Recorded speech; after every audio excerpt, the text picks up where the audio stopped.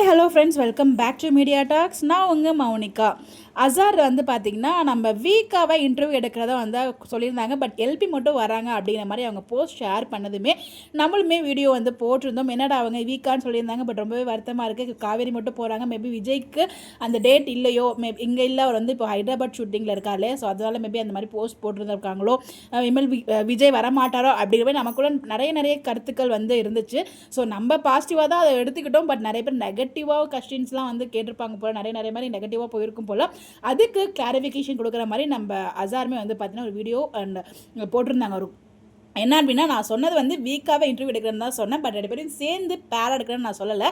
இப்போதைக்கு லக்ஷ்மி பிரியாவை எடுத்திருக்கேன். பட் கூடிய சீக்கிரம் விஜயும் வந்து, அதாவது சுவாமி ப்ரோவும் இண்டிவிஜுவலாக வந்து இன்டர்வியூ எடுப்பேன் அப்படிங்கிற மாதிரி வந்து அவங்க சொல்லியிருந்தாங்க. ஆக்சுவலாக வீக்கான அவங்க சொன்னது சேர்ந்து இருக்கிறேன்னு அவங்க எங்கேயுமே மென்ஷன் பண்ணவே இல்லை. வீக்காக எடுக்கிறதா சொல்லியிருந்தாங்க. ஸோ செப்பரேட்டாக விஜய் தனியாக காவேரி தனியாக எடுக்கிறதா வந்து அவர் மென்ஷன் பண்ணியிருக்காரு.